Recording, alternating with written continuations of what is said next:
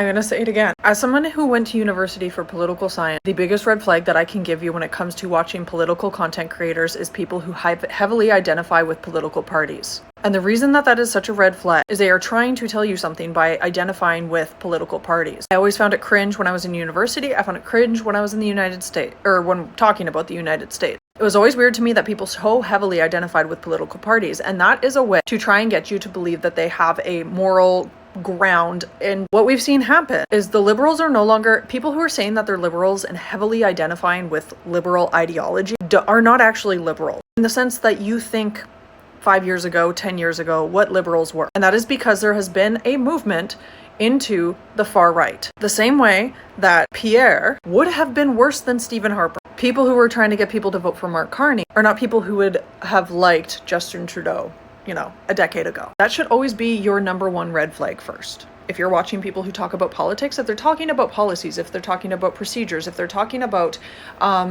stories, bills, etc., and not using AI, because why are we thinking that people putting bills into AI is a good idea when AI, one of the problems with AI is that it is programmed by men, and men have biases.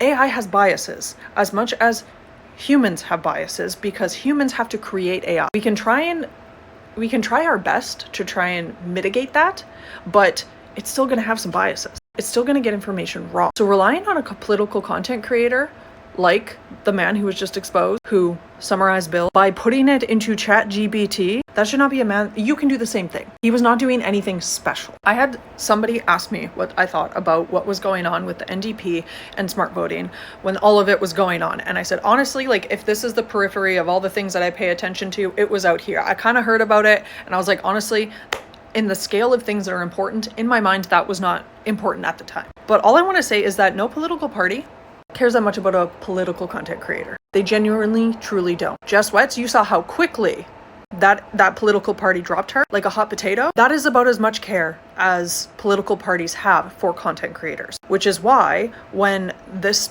particular person was talking so heavily about how the NDP is targeting him, I said that's in the scale of fish in the sea that they needed to be concerned about. Why would they care that much about you?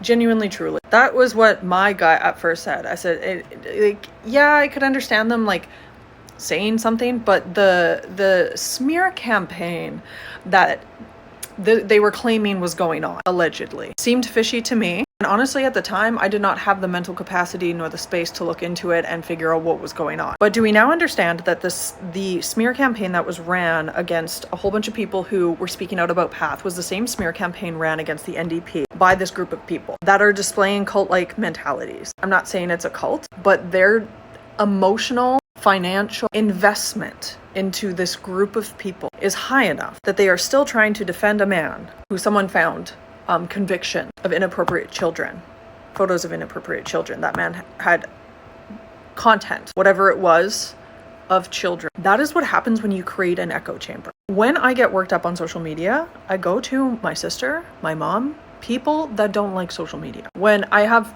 mutuals who send me messages and ask like, should I do this? Should I do that? My advice is go talk to people who have no emotional investment in this. Make the video, put it in your drafts, think on it. If you still feel the same 24 hours later, or even 16 hours later, post the content, but do not create an echo chamber. There's so many political content creators I have followed because of this whole thing where I don't agree with everything that they say. And that's how it should be. We should not be agreeing on absolutely everything. Because if we agree on absolutely everything, it means there's holes because no one is right all of the time. And please, for the love of God, stop allowing men to use the fact that they're autistic as a defense for being bigots. Because a lot of what I was seeing in regards to what that man had said sounds exactly like the Orange Cheeto supporters in the US. Everyone's too sensitive. He did it because he was autistic. He didn't know any better. We're too sensitive. We're too woke. Books don't mean anything, etc., etc. It's the exact same words. But then they come on the internet and call themselves left. Not all of them. Some say they're center, but they're calling themselves left. So you associate them with certain things while behind the scenes they're doing different things.